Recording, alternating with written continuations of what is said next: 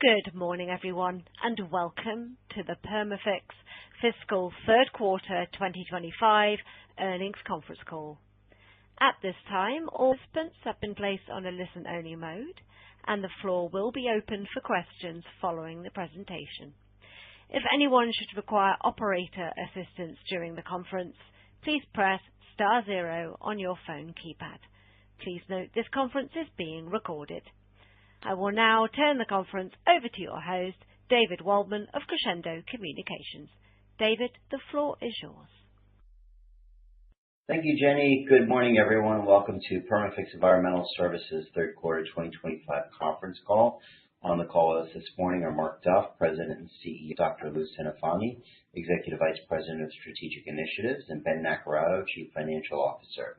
The company issued a press release this morning containing third quarter 2025 financial results, which is also posted on the company's website. If you have any questions after the call or would like any additional information about the company, please contact Crescendo Communications at 212-671-1020.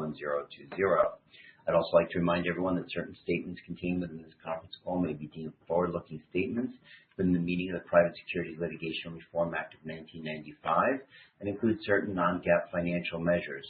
All statements on this conference call, other than a statement of historical fact, are forward-looking statements that are subject to known and unknown risks, uncertainties, and other factors which could cause actual results and performance of the company to differ materially from such statements. These risks and uncertainties are detailed in the company's filings with the U.S. Securities and Exchange Commission, as well as this morning's press release. The company makes no commitment to disclose any revisions to forward-looking statements or any facts, events, or circumstances after the date hereof that bear upon forward-looking statements. In addition, today's discussion will include references to non-GAAP measures.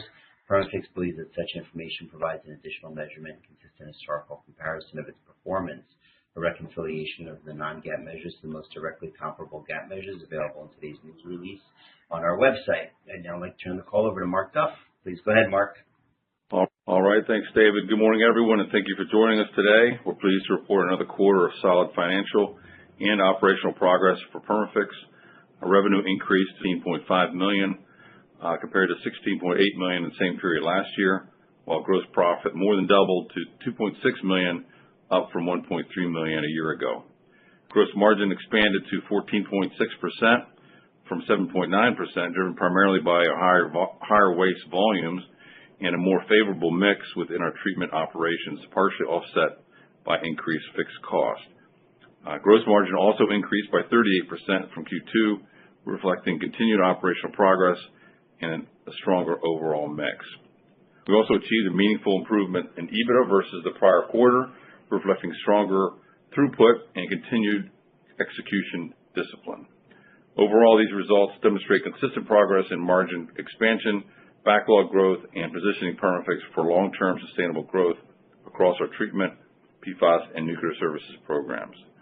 Our treatment segment continued to deliver strong performance.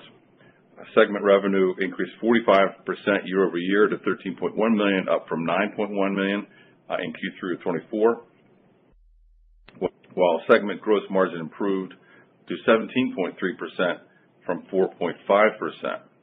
The improvement was driven up by higher waste volumes, high output at our plants, and solid execution across both commercial and DOE projects. Waste sales totaled $14.6 million, up from $8.4 million in the same period last year, a 74% increase. Our treatment backlog ended the quarter at $15.4 million, up from $7.9 million a year ago, providing a strong visibility through year-end and into 2026. Automation, digital scheduling, and plant optimization initiatives are all improving productivity and throughput while maintaining safety performance overall. We're now realizing the full benefit of these investments, contributing to higher throughput and sequential margin improvement. We also continue to support international waste shipments, which remain on schedule and are expected to continue into the first half of 2026, adding backlog, stability, and revenue diversity. We continue to process waste streams from Europe and North America and are evaluating new shipment requests tied to upcoming 2026 European Union programs. Turning to Hanford, this is one of the most significant and long-term growth opportunities in our company's history. The Department of Energy's direct feed low-activity waste facility, also known as the initiated hot commissioning in early October, ahead of the October 15th tri-party agreement milestone. Melter 1 is now converting tank waste into stable glass, marking a major milestone in DOE's environmental cleanup mission. Under DOE's record of decision for the Hanford DFLAW program, Perma-Fix Northwest is the designated commercial treatment pathway for secondary waste streams generated during the vitrification operations. These include processed liquids and solid residues that require off-site treatment at licensed facilities. This designation establishes the opportunity for multi-decade, high-volume revenues for Perma-Fix as DFLAW meets the objectives for the cleanup of Hanford over the next several decades. We expect to begin receiving effluent waste shipments from DFLAW later in Q4 or early Q1 of 2026, following DOE's initial production phase and associated waste characterization.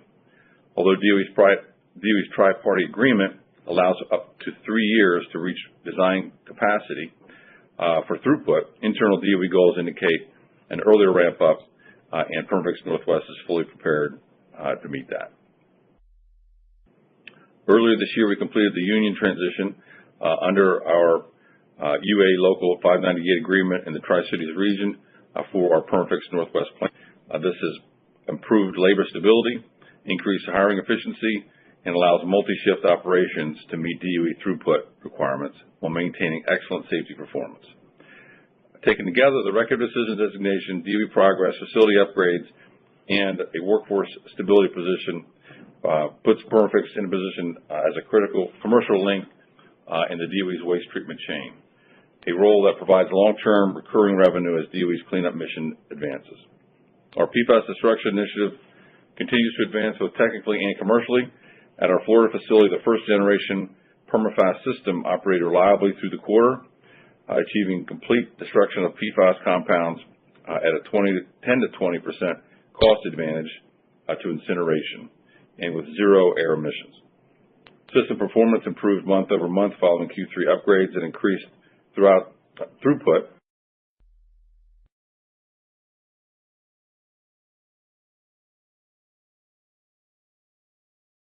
Please wait a moment whilst we reconnect our speaker. Apologies for the technical issue there. We'll reconnect them very shortly.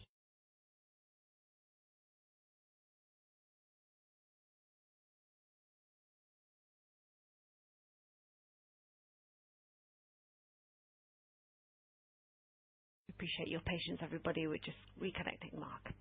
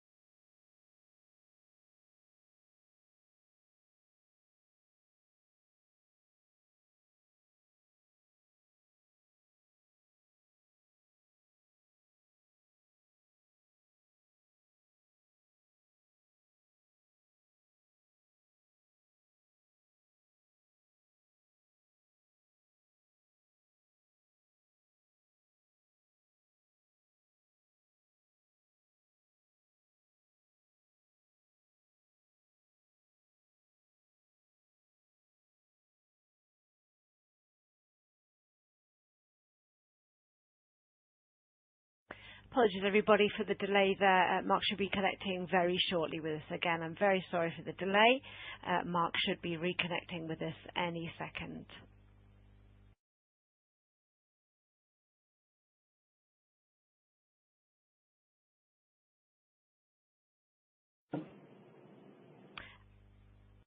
And we have Mark back in the conference.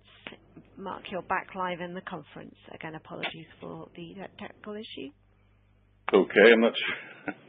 Jenny, I'm not sure where I got cut off. I was talking. Hey, Mark, I think it was around when you talked about waste shipments in 2026, the tri-party agreement. Oh, okay. After the union discussion, try from there. All right, give me 1 minute here.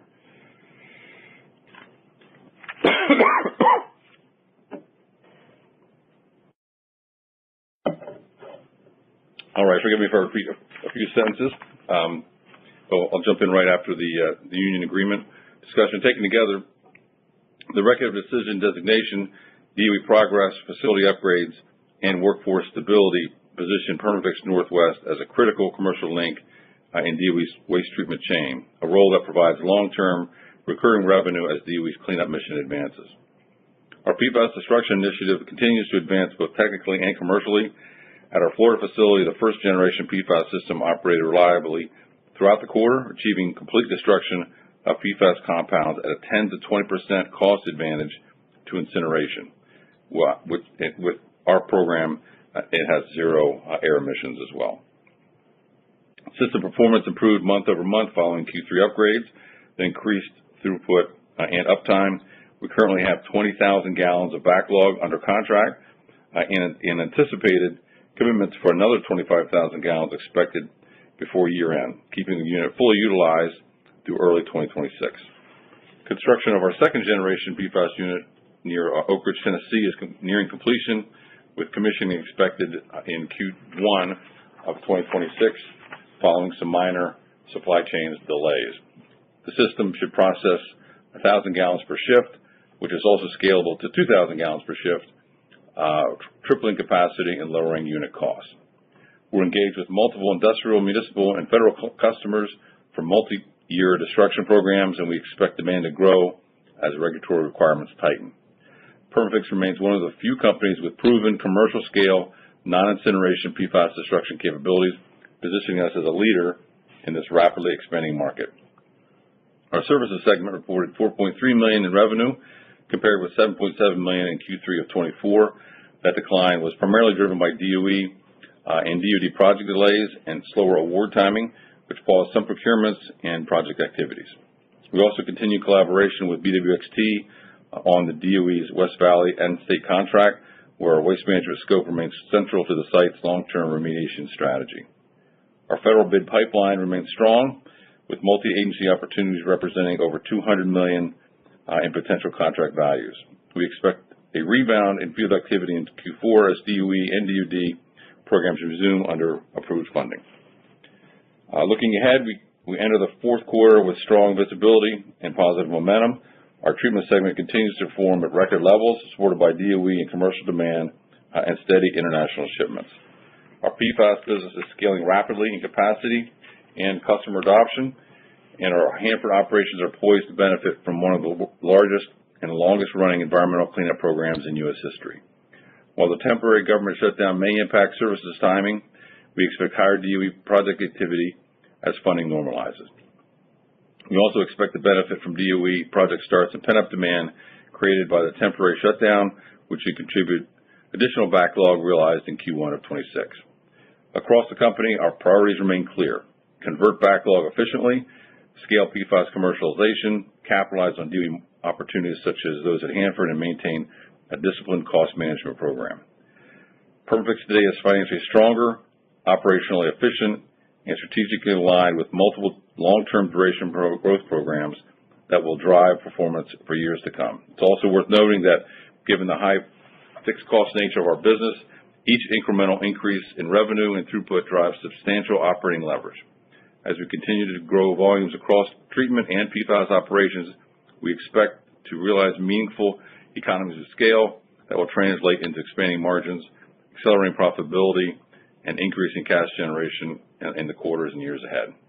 We're proud of the team's execution this quarter and confident in our ability to build on this momentum as we move into 2026. I thank you. I'll turn it over to Ben. Thank you, Mark. Our total revenue for the quarter was $17.5 million, an increase of $642,000, or roughly 4%, from the $16.8 million in the third quarter of 24. The improvement was driven entirely by continued improvement in our treatment operations, partially offset by lower activity within the service segment. Our revenue in the treatment segment increased approximately $4 million year-over-year, reflecting higher overall waste volumes, increased average pricing, and improved throughput at several facilities. These gains were supported by increases from both commercial and international waste customers. Revenue in the services segment declined by approximately $3.4 million from prior year quarter, primarily due to fewer active projects and the timing of new contract startups. Our gross profit for the quarter improved to $2.6 million, or 14.6% of revenue, compared with $1.3 million in the same period last year, an increase of $1.3 million, or 91.7%. As with revenue, this improvement was driven entirely by the treatment segment, which saw gross profit increase on higher revenue and better margins, while the services segment experienced a decline due to the lower revenue and overall lower project margin.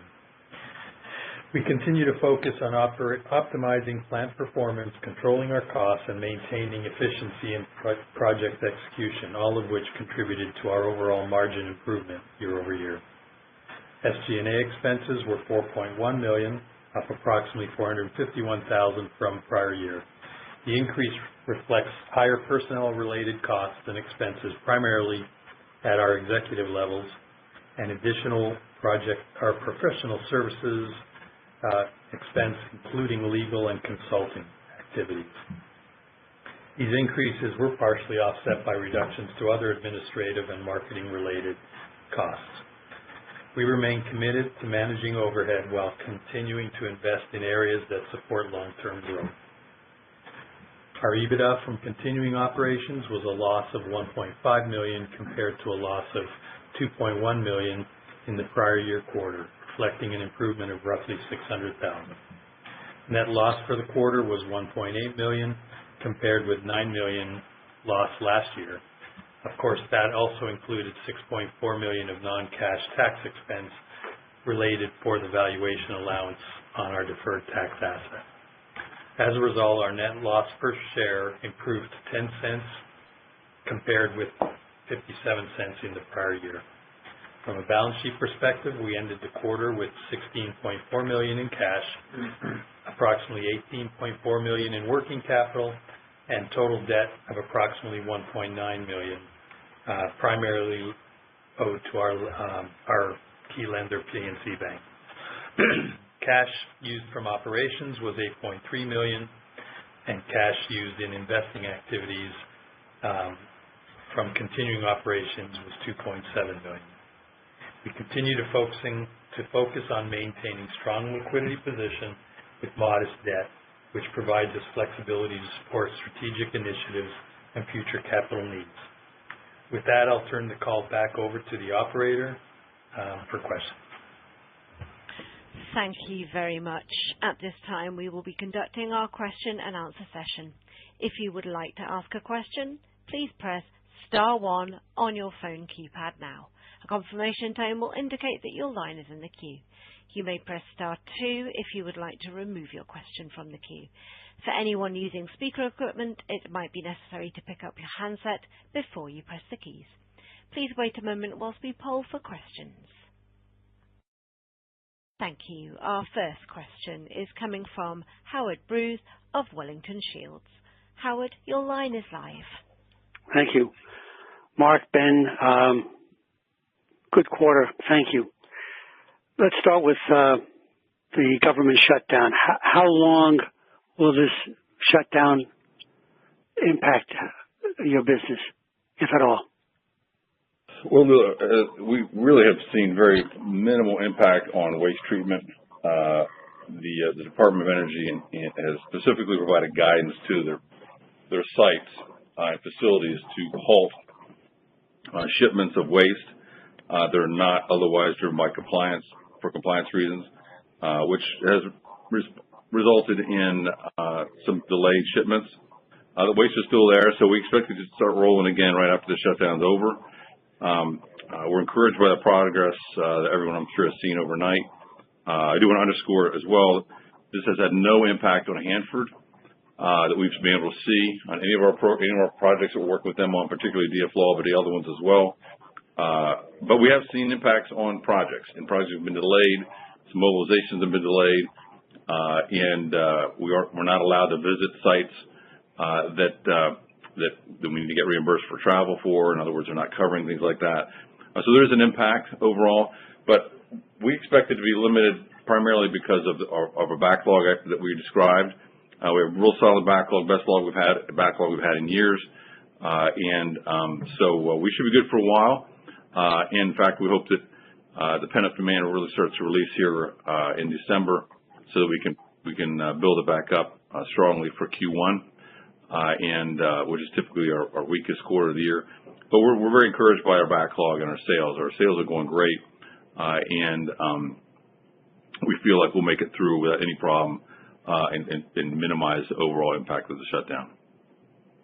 So I guess the status of the grouting program at Hanford is effectively not going to be affected. Is that a correct comment? The grouting program shouldn't be. There's two components to the grouting program. One is the long-term program, which is the driver to meet the compliance with the 22 tanks they have to retrieve by 2040. That's a tri-party agreement milestone, right. And we're expecting an RFP on that, which won't be in place for a couple of years as they build that extraction system on those tanks. However, DOE in this administration is continue to explore other expedited grouting options that will supplement DFLAW and the objectives associated with the East Tank Farms where DFLAW is located. So no specific details on that other than that this administration really wants to focus on closing tanks within their 4 years, and that's very evident by looking at different alternatives to try to expedite some of the grouting opportunities. So there's more to come on that. Not any really good solid details that have been made public, but DOE certainly is interested in grouting, unlike before, as a supplement to DFLAW. So with DFLAW operating, can I ask the question? Well, we'll ask it. How much waste do you anticipate receiving, and when? That's a tough question, Howard. Right now, it takes several months for any plant, any government facility to once they generate waste, they have to characterize it and document that characterization, what they call a profile, which has to get approved by the receiving entity as well as the disposal site, whatever's going to happen with it. It also is required for transport. All that is going on now. They have to package it and then ship it. So we expect them to start moving waste sometime in December, maybe late December, maybe early January, in that ballpark. And last I saw in the press, this is a couple of weeks ago, I think they had received like 40 or 50,000 gallons of waste. I'm not sure how much they're processing versus receiving. I did hear that they got the second melter rolling, so they've been through that. So to answer your question, we're still confident or comfortable, I should say, that the original DOE estimate, which they put in the ROD of 8,000 cubic meters a year annually, is still an applicable number. There's no indication to realize or to think otherwise. And if you scale that back to a smaller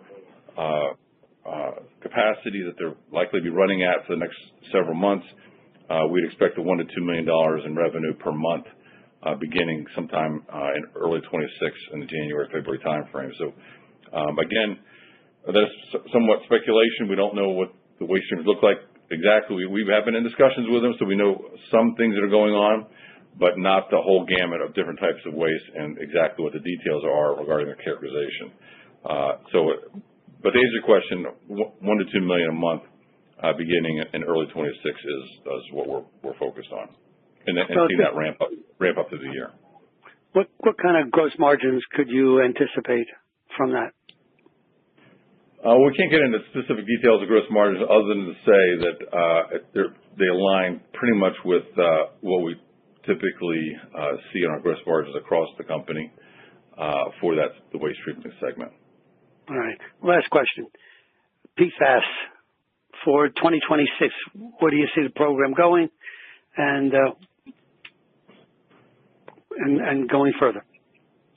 Yeah, PFAS, it's moving a lot slower than we'd originally anticipated, but it's making really good progress now. And the sales group is really doing well, and so is the engineering team. Right now, we're projecting about $150K a month in revenue through this quarter, with the potential of increasing that closer to $200K. In Q2, a little bit later in 26, we expect to get closer to $500K a month in revenue, certainly by the end of 26, with the new system coming online in Q2. So we'll start to see some significant contributions to EBITDA in the second quarter next year. And where we really see ourselves lining in the PFAS market, which is largely led by Lucinafani, is that we see ourselves sticking with the liquid markets, and getting to a point where we can scale down our large systems so that we can deploy them in the field and support companies and projects that have large volumes of liquids that isn't practical to ship. So we're going to stick with that approach to it for the next couple of quarters, and continue our R&D and engineering design work on scaling those systems down so they can be more portable, which is a market that's pretty much untouched by others. And we see that expanding as landfills begin to see more and more PFAS in our leachate and those types of things. So we're very excited about the progress, very excited about the technology. It's exceeding expectations. It's taking a little bit longer to get it to market than we had originally anticipated. Well, congratulations on the quarter and the guidance. Thank you. Thanks, Howard. Thank you very much. And our next question is coming from Aaron Spichala of Craig-Hallum. Aaron, your line is live. Aaron? Just bear with me a second. I'll see if I can get Aaron's line live. Aaron, can you hear us? I can. Can you hear me? Okay. Yep. It was the other line that was in the queue, so I've unmuted the other line instead. All right, so that's all good to go. Sorry about that. Hi, Mark and Ben and Lou. Thanks for taking the questions. Maybe first on treatment, backlog was quite impressive there, highest in some time. Can you just maybe talk about, confidence, and continued growth there and margins? You kind of talked about some commercial, also international shipments, maybe just a little bit more detail there. Sure. We've been very fortunate to be able to get significant quantities of waste, I've mentioned, the last couple of quarters, Aaron, from Mexico and Canada. Mexico is largely done for the time being, but Canada should continue. We're also seeing more shipments from Germany. And in late 26, we should start seeing it from Italy, from our big project, which is running ahead of schedule, actually.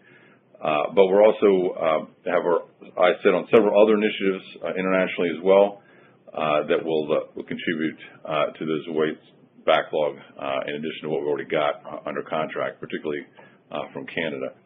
As far as the confidence in the backlog, we are receiving more waste than expected from the H2C contract. I think I mentioned it last quarter, where DOE, both the headquarters and the site office and the contractors are realizing that the value of shipping some of their waste that are on site to us now that they used to treat on site at government facilities, it's providing value to them. So we're starting to see more waste receipts from H2C, the tank waste contractor, as well as other programs on site from the other contractors. So we're starting to see increased volumes outside of DFLAW. We're also seeing more waste associated with the NNSA. That's the weapons side of DOE. We're seeing that increase as well. So to answer your question, right now we see significant momentum on the government side, but also on the commercial and international side, all at the same time. So we expect this kind of momentum to carry us into summer at least. We always see a little bit of a slowdown in receipts in Q1, somewhat because of the weather and field activity slow down. But with the backlog we've got, it should have a limited impact this year in Q1. All right. Thanks for that. And then, maybe on the services side of the house, how do you see that business performing in the coming quarters? Any update on West Valley and RadMac? And you kind of mentioned in the release pursuing some new growth opportunities in government and commercial there. Yeah, Aaron, we do have several $30 million jobs that we're bidding right now, and they're all competitive, so it's tough to speculate, but we're well positioned. It's the kind of work we do. We have several contracts that are ongoing now that are just ramping up. In fact, we have one commercial contract that begins today. It was supposed to begin several months ago, so that'll help us through this quarter, meeting our goals for growth. We have two large projects with the Buffalo Corps that are also continuing to roll. They will slow down because of the snow. One's in Niagara, one's at Harshaw Chemical. Those will slow down in the winter and Q1 most likely for a couple months. But we're confident with the number of opportunities we're seeing, which is how we typically gauge our potential future with services. As we continue to see opportunities and get good quality bids put in, we're trying to win our share. We've lost a few that we had hoped to win this quarter, early in the quarter and in the summer. But we should be able to sustain where we are right now for several more quarters with the hopes of winning a couple of those new ones I just mentioned. As far as West Valley goes, West Valley is in an unusual state right now where they're working on planning with limited field activity. They do have it. We're not involved with it. Ours is focused on waste management scope. That doesn't really get kicked in until Q2 maybe of next year or a little bit later, and then we start to ramp up to support this project schedule they've got. So it still will be a little bit longer before we see the revenue we'd hoped for, but we still have great communication with the site. We are providing some services, just not the levels that we'd hoped to or planned to upon award. But we're waiting to see that project progress, and then our scope of work will be funded, and we'll start to see that revenue from it.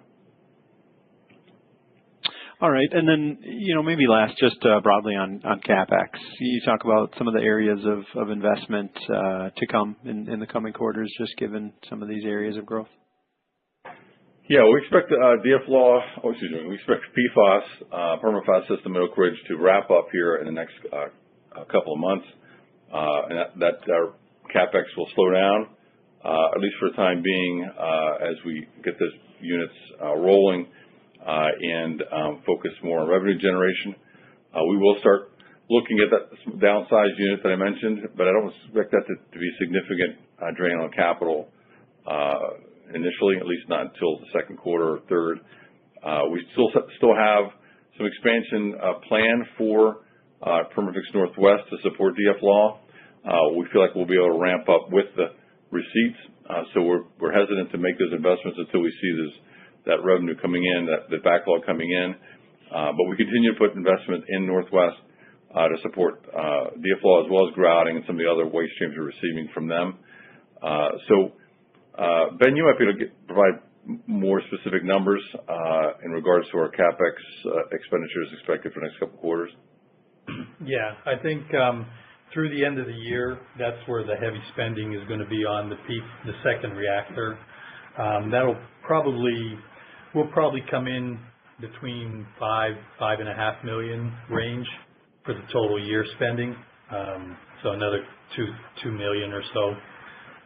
And then next year, as Mark said, we'll probably trend back to sort of our norm, which is in the $2 to $3 million a year range in totals. And again, that's dependent on the needs with DF-Law. That's the only wild card that could be a bit higher depending on volumes. All right, understood. Thanks for the color. I'll turn it over. All right, thanks, Aaron. Thank you very much. Just a reminder, if there are any remaining questions, you can join the queue by pressing star 1 on your phone keypad. And our next question is coming from Aaron Warwick of Breakout Investors. Aaron, your line is live. Hey, good morning, guys. Just some clarification maybe on that West Valley. Is it accurate that the opportunity there and your expectation there still remains the same? It's just been pushed back a little farther, or are you now expecting less revenue from that project overall? Yeah, Aaron, that's a good question. As I think we've talked about before, we were expecting to come right out of the chute with a significant amount of scope. And what we'd feared was the waste management scope that we're aligned with might get pushed back a little bit within the overall spending profile for the site, and that's exactly what's happened. So they're focused on a number of other things for the next several months, and the waste management portion of that has been pushed back as well. So we do expect it to ramp up. It's anticipated that the West Valley budgets will increase significantly in 27. With 26 will be somewhat flat. 27 is when they'll start really moving dirt and generating waste as they implement their baseline objectives, which is remediation and some demolition and cleaning out several large waste tanks, as well as moving their legacy waste off site. Once they start moving those wastes and it shows up in the baseline, then our expectations will be realized. So we still expect to attain that revenue goal, but it may just be later in 26 before it really ramps up to the levels that we were hoping for initially. And then we see it being sustainable after that. Okay, thanks. And then on Hanford, if I heard you correctly, there's no noticeable difference or slowdown there because of the government shutdown. And is it sort of the expectation or the understanding that that's funded enough that, no matter how long the shutdown will go on, that's they're going to be continuing there with the cleanup at this pace? Yeah, that is expected. Dave, of course, I would have said that about a couple other programs, a couple months ago if you had asked me as well, that did shut down or slow down. The reason I'm so confident that DF law won't, and again, this is not official government answer, but the way that plant operates, you cannot shut down the melters. Once you start the melters, they have to stay on, so the melters are running. They've got they've got all the systems there and waste in the queue to start, to continue vitrification. And with the visibility there and the funding backlog we've got for that plant, I can't imagine a scenario where they would slow it down because of the shutdown. And it's just too important, and that momentum they have to keep it moving. So it'd be very unlikely. Yeah, that makes a lot of sense. Final thing for me, I guess, would be on the PFAS. And sorry if I missed it when you were responding to Howard's question, but is there any, what's the thinking there in terms of, at one point you had talked about potentially licensing agreements, partnerships, what's the thinking there on that as you go into 2026 and you get this bigger plant up and operating? Yeah, I mean, partnerships are critical to our future, and we're spending a lot of time on those. We have 2 or 3 companies that we're very excited about, that we fit very well together as far as our objectives, and we'll provide some good, solid, sustained backlog. Those are underway. Right now, we'll be supported by the second generation unit. The smaller units that I mentioned are still moving as far as a goal that we have once we get the Gen 2 system operating, and then we'll basically redesign it for a smaller application that could be on site. We're not really certain at this point, Aaron, whether we'll sell that or do a technology fee on that or license on that versus operating ourselves. We really have to get a little farther down the road on the engineering side of the house to see what can be done with our unit on that front. But we do see dozens of applications for it, and that would be a very sustainable, high margin, and a unique approach as this PFAS market continues to unfold, and it just gets less and less economical to ship large quantities of water, for treatment. There's still good backlog for the 2 plants we've got, but the larger market is going to be on-site remediation. What's holding up those partnerships at this point? Is it getting that second gen system up and running? Yeah, I would say it's holding it up, but it's certainly key. We're working with those companies now, treating their waste. but larger volumes remain out there, and they've toured our facilities, met with us in most cases repeatedly, and they're waiting to see that the big system run to show how it can run at a very sustainable level. So the production levels are high, and the destruction rates meet expectations. It's just moving. It's just taking longer to move forward. But yeah, some of it is the Gen 2 system, but other is just how long it takes to work through the agreements. Sure. And are you thinking Q1 26 with that? Are you thinking like that's something towards the end of Q1, or is that something we might see even sooner? Yeah, right now we're scheduled for the first or second week of February to have the system operating. Oh, good. Notwithstanding any other problems, so we expected it to be generating pretty good revenue by sometime in March. Excellent. Thank you so much. Appreciate it, guys. Thanks, Aaron. Thank you very much. Our next question is coming from Anthony Harpel, who's a private investor. Anthony, your line is live. Hey, gentlemen. Good morning. I have a question entirely unrelated to Hanford and PFAS. As you may or may not know, thorium, which is a naturally occurring radioactive metal, is produced as a byproduct in rare earths mining and processing operations. And when you process rare earth minerals, the thorium that is present in them is separated out, is treated as a radioactive contaminant, and is stored as low-level radioactive waste. Because the White House finally recognizes the vital national importance of having secure access to rare earths, it is, as I'm sure you're aware, laser focused on increasing domestic rare earths mining and processing capacity and on striking deals with U.S. allies to provide us supplies suitable for use. Given this policy shift we've seen in Washington and the increase over time in the mining and processing of rare earth minerals, which are likely to see now as a direct result, it seems reasonable, at least to me, to conclude that we're also likely to see increased production of thorium.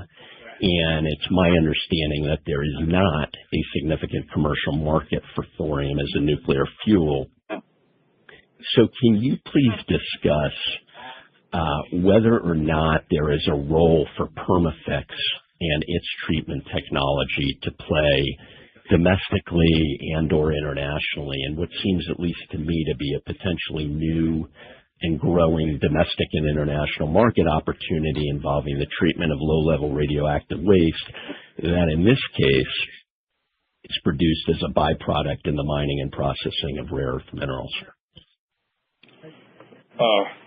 Interesting question, Anthony. Yeah, we actually are looking at our application of our technology into the rare earth. It's talking in the background, mining. Specifically, Anthony, in regards to our soil sorter. So our soil sorter has always been applied to remediation activities where we're trying to separate radioactively contaminated soils from non-radioactive contaminated soils. What we have several bids out right now, or at least one that looks like it's pretty promising, and a couple other potentials, as we're working with mining companies to do the opposite, is to define what is, as they're doing mining, as they're moving dirt, defining which components should be separated into piles for processing. And particularly on the uranium side of the house, we haven't talked to anybody on thorium, but we are working with several companies now to see if there's an application and actually deploy an application for the soil sorting process as a means of concentrating the tailings or the source term as it comes out of the mine or out of the processing unit to provide a sorting application which will provide significant efficiency in segregating the valuable minerals from the non-valuable minerals.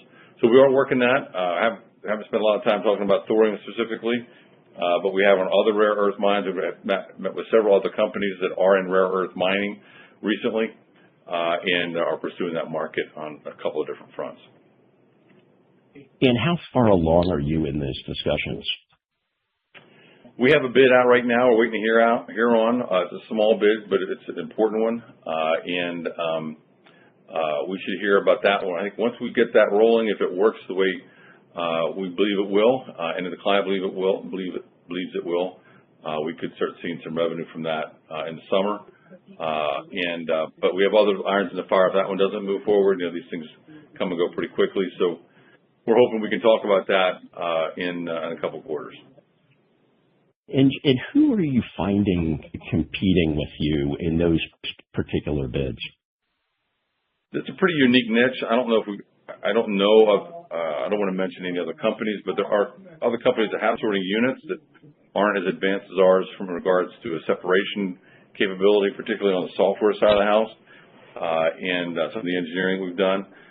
So we haven't seen anyone with this exact application for uranium, but there are other ones that could, but we haven't seen much competition on this specific application. Just in terms of since you do seem to be exploring this as a market opportunity, how are you thinking about potentially monetizing it, and is just licensing your technology a possibility? It's always a possibility, but we're not looking at that right now. We're really looking more at proof of concept position right now, and then scaling it up to larger mining applications. So we really haven't focused too much on that side of it yet, Anthony. Okay, thank you. Thank you very much. And our next question is coming from Stephen Fine of SoFine LLC. Stephen, your line is live. How you doing, guys? Hey, Steve. How fast talking about Hanford, when would you had mentioned in past calls, Mark, that their maximum capability is 1 million gallons. So how fast would you think they could ramp up to 1 million gallons? It's 1 million gallons a year you're talking about. That is, what I recall, is the design capacity of the DFLAW system. Yeah. Well, here's what I can tell you. I don't know enough about how it's performing, Steve, to really give you a solid answer. But I do know that they're committed to reach that milestone in 3 years, and they're trying to get to a 40% level in the next year and a half or so. So I don't know how official that is, but I know that they're trying to get to the 40% level soon, and then 70% level, and then 100% level within the 3-year period, and accelerating that as much as possible. So I just don't know how it's performing. We don't have the information on the system right now to tell you how fast it can get there, I'm afraid. So you're telling me their treating of 1 million gallons, the ability could take 3 years? They have a legally binding milestone to be there in 3 years. That's the only thing I can tell you. I do know they're trying to get there much faster than that, and there's no reason technically they shouldn't be able to, but theoretically. But I don't know. I don't have their schedule, Steve, I'm afraid. So that's at a presumed 30 to 40% efficiency, which means that if they got to the million, they're only going to be able to vitrify 300 to 400,000 gallons, and the rest would assumably be waste, secondary waste. No, that 1,000 gallons is the input from the pre-treated tank. So as they have right now, they keep that tank at about 800,000 gallons full, and they'll treat from that tank that they pre-treated waste and put it into 1 million gallons a year at full capacity. And that'll be what, in 3 years? They have to do that within 3 years. Okay. But of that 1 million gallons, the efficiency historically of vitrification, am I not correct, is somewhere between 30 to 40%. So that means that they're only going to be actually vitrifying 300,000 to 400,000 of that input of 1 million gallons. No, I don't think you're correct on that, Steve. I'm talking about the one for one. For every gallon that comes out of that tank, an 800,000 gallon tank, and goes into the DFLAW unit, that counts as 1 gallon of waste. Not to be confused with what's being pulled out of the tank initially, where they have to mix it with a slurry to get it out of the tank. That's a different calculation. This is basically a waste that's been pre-treated, pulled out of the tanks, and it's sitting there to be fed into DFLAW as 1 million gallons a year. So they're going to vitrify 1 million gallons? That's correct. Okay, so when they vitrify 1 million gallons, how much are you estimating will be secondary waste? DOE's estimate is they will generate 8,000 cubic meters of waste a year as defined in the ROD from January 23. And how much is that in gallons? I was just going to say, Steve, it's impossible to convert that to gallons because it's about a dozen different waste streams. There's several different liquid waste effluents that will come off of that plant. There's also a significant amount of solid waste like filters and personal protective equipment and components that they replace repeatedly that are not liquids that are included in that 8,000 cubic meters. So I can't tell you how many gallons will come off of it, other than to say the total is estimated to be about 8,000 cubic meters a year. Okay, so 8 million cubic. All right, so you have how many gallons is 1,000 cubic meters? I don't have the calculation in front of me, Steve. Okay, well, whatever. Where I'm going is my understanding you have about 330,000 gallons treatability at Hanford. So I guess my question is, how fast will you get there? What does it take for Hanford to process for you to be given 300,000 gallons, let's say? Yeah. Our total capacity right now, let's clarify that, is 400,000 gallons we can grout, of liquid we can grout a year. Okay? That once we get our new permit in place, which we expect to be in place, it's a renewal of our old permit, we expect that to be placed on January 1st, or right thereabout.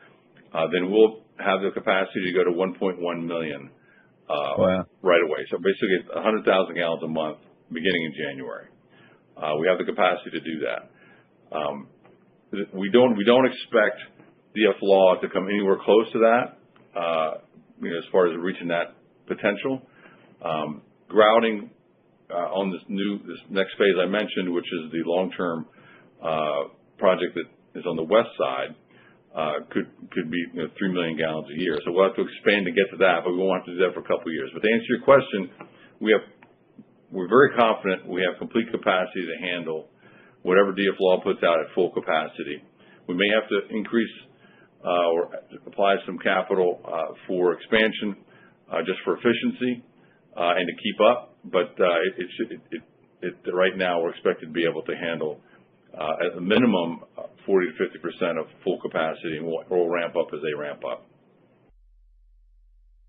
Okay, and then let's say they throw in the west side, you'll be able to handle that simultaneously? Yeah, we'll likely need some capital investment to be able to handle 3 million gallons a year. It just depends on the quantities that we're awarded. But yes, we have the facility under roof. We'll need to expand the operational capacity inside of it, which will not be a dramatic capital expenditure, but we will be ready for that. We'll know years ahead of time that we'll need to expand for that. And the west side, is there competition from your competitors? Yes, in the west side that's the RFP I mentioned. We're expecting before the end of the year. They'll be looking for commercial quotes from anyone interested, and we will have some competition on that. But keep in mind, we're the only ones local. We're the only ones local that has a local term. Exactly. And you're not talking You're talking regular waste. All right, then one more question. Relative to the PFAS, so after you get the 1,000 gallons going, where do you go from there? Let's say you reach capacity with this new plant you're building in Oak Ridge and the 1,000 gallons, and that's working. So what's the next step? These smaller things that you're going to do on site? Yeah. Or are you going to build a bigger tank? No, right now we're building this unit in Oak Ridge with a 1,000-gallon reactor on it, but an infrastructure, in other words, waste storage and processing capacity to bolt on another 1,000-gallon reactor. So for minimal cost, basically the cost of the reactor. So the infrastructure is in place. So this one we'll be able to go to 1,000 gallons right away. Within 6 or 8 months, if we wanted to, we could have another reactor in there and it rolling as well. So we do have a very efficient way of putting another unit or another reactor into that system quite quickly within a couple quarters. That's exciting. Yeah, so we'll be able to expand that, and then as I mentioned, we are pursuing mobile units as well to support treatment on site. With regard to the mobile units, which I find very exciting, how can you not that, not from the standpoint that you're operating them, because wouldn't you be concerned if you had the customer operating it, that you're giving away your secrets? Yeah, no, I don't think that's going to be a concern about giving away secrets with the license fee, that type of thing. These things operate very efficiently, so it only takes about 2 people to operate one of our larger units. I'm going to ask, Lou Cinefani's on the phone too here, if you have anyone to add to that, Lou. Yeah, no, when we look at on-site, the technology will be adapted to the customer's needs. So the units that'll go on site will, each one has to be somewhat adapted to their needs and how we work with them. If you're going into a large water treatment plant or something where they already have staff, last thing you probably want to do is add more people. You would have some deal with the operators. So we don't see a problem with that. A variety of options that will have to be negotiated individually, depending on what goes. Yeah, I think the real statement here is, irrespective of how you go, PFAS represents a totally new industry for you guys, which is exciting. Yeah, and it is, and we also see the service side building around it, because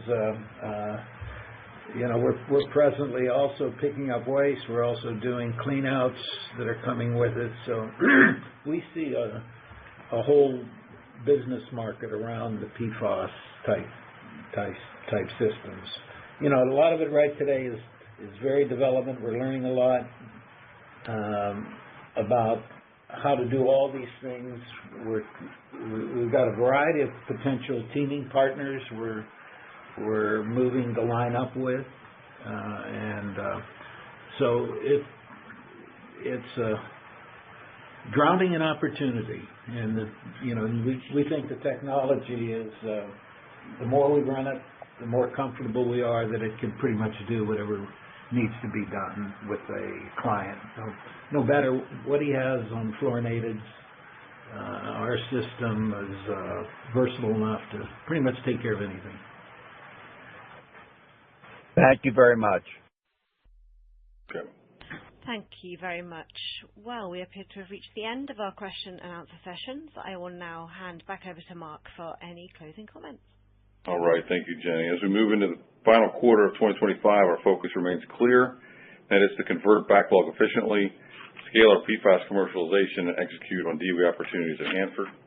The operational improvements we implemented earlier this year are delivering measurable results, and the continued progress at Perma-Fix Northwest and our PFAS program and across DOE and DOE engagements gives us confidence that this momentum will carry into 26. While federal procurement timing always varies, our backlog, field execution, and customer activity levels remain strong and continue to expand. With a record treatment backlog, improving margins, and accelerating PFAS adoption, Perma-Fix is positioned for a strong finish in 2025 and a breakout year ahead. We appreciate your continued support and look forward to updating you next quarter as we advance our mission to deliver sustainable environmental solutions for our government and commercial clients. Thank you. Thank you very much. This does conclude today's conference call. You may disconnect your phone lines at this time and have a wonderful day. We thank you for your participation.